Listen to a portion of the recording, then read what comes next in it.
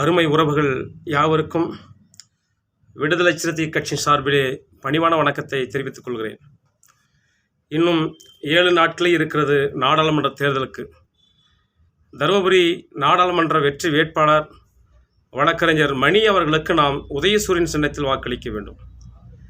இங்கே தருமபுரி நாடாளுமன்ற தொகுதியில் 3 அணிகளாக தேர்தலில் களம் காண்கிறார்கள்.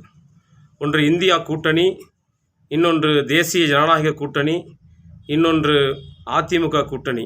இதையும் தாண்டி மக்கள் தேசம் கட்சி, நாம் தமிழர் கட்சி போன்ற பல்வேறு அமைப்புகள் இங்கே தேர்தலில் போட்டியிடுகிறார்கள். ஆனால் தருமபுரி கிழக்கு மாவட்ட விடுதலை சிறுத்தைகள் தீவிரமாக களப்பணியாற்றி உதயசூரியனுக்கு நாம் வாக்கு சேகரிக்க வேண்டும். அதுதான் இன்றைக்கு நமக்கு இருக்கிற தலையாய கடமையாக இருக்கிறது. இன்றைக்கு அதிமுக கூட்டணியில் இருக்கிற தேமுதிகவும் அதிமுகவும் அவர்கள் யாரை சொல்லி நாங்கள் அடுத்த பிரதமர் எங்கள் அணியில் இவர்தான் என்று யாரை சொல்லி மக்களிடத்தில் ஓட்டு கேட்கிறார்கள் என்பது நமக்கு புரியவில்லை. அது ஒரு பக்கம் இருக்கட்டும். ஆனால் இன்றைக்கு இந்தியா கூட்டணியா தேசிய ஜனநாயக கூட்டணியா என்ற கேள்விதான் மக்கள் மத்தியிலே இன்றைக்கு நிலவி வருகிறது.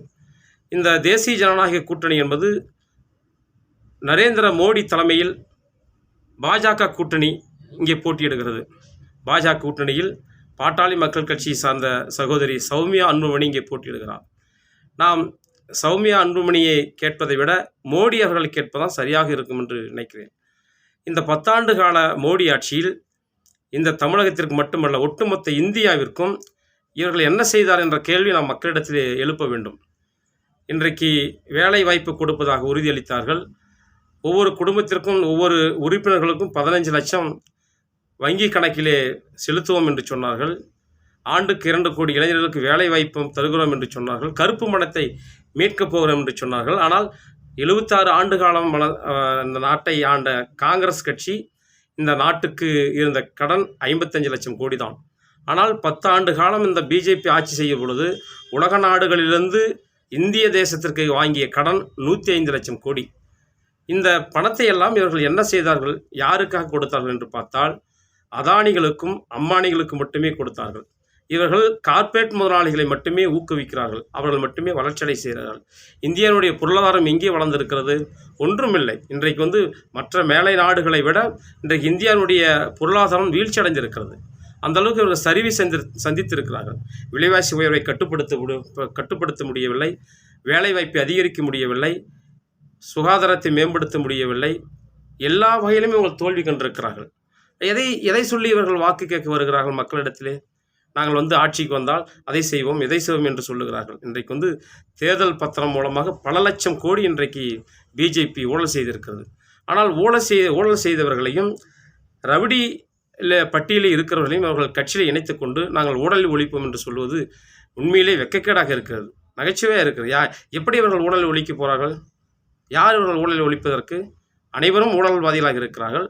ஊழல் செய்த அத்தனை மாநில அமைச்சர்களையும் மாநில தலைவர்களையும் பல்வேறு கட்சிகளிலிருந்து வரக்கூடிய ஊழல் செய்தவர்களையும் இவர்கள் பாதுகாத்து வைப்பு தான் பிஜேபியுடைய இன்றைக்கு ஒரு நகைச்சுவை நாடகமாக அரங்கேற்றி வருகிறார்கள்.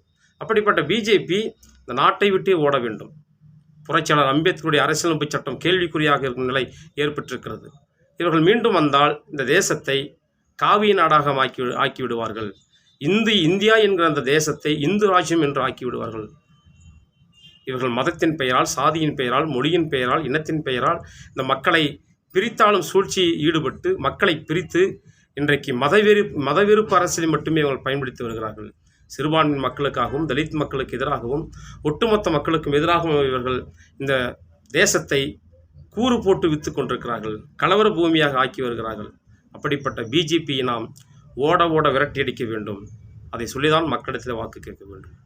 எழுச்சி தமிழர் திருமாவளவன் அவர்கள் நாம் விடுதலை சிறுத்தைக்கும் பாரதிய ஜனதா கட்சியும் உள்ள முரண்பாடு ஏகப்பட்ட முரண்பாடுகள், கருத்தில் ரீதியான முரண்பாடுகள் இருக்கிறது. ஆனால் இந்த தேர்தலில் நாம் அதையும் தாண்டி இவர்கள் ஆட்சிக்கு வந்தால் என்ன இந்த தேசமாகும், எப்படிப்பட்ட நிலைக்கு மக்கள் தள்ளப்படுவார்கள் என்பதை நாம் மக்களிடத்தில் அம்பலப்படுத்த வேண்டும். இன்றைக்கு நாம் மேலிட பொறுப்பாளர்கள் தருமபுரி கிழக்கு மாவட்ட செயலாளர் சாக்கன் சர்மா தலைமையிலே நாம் பல்வேறு பகுதிகளாக மேலிட பொறுப்பாளர்கள் பிரிக்கப்பட்டிருக்கிறோம்.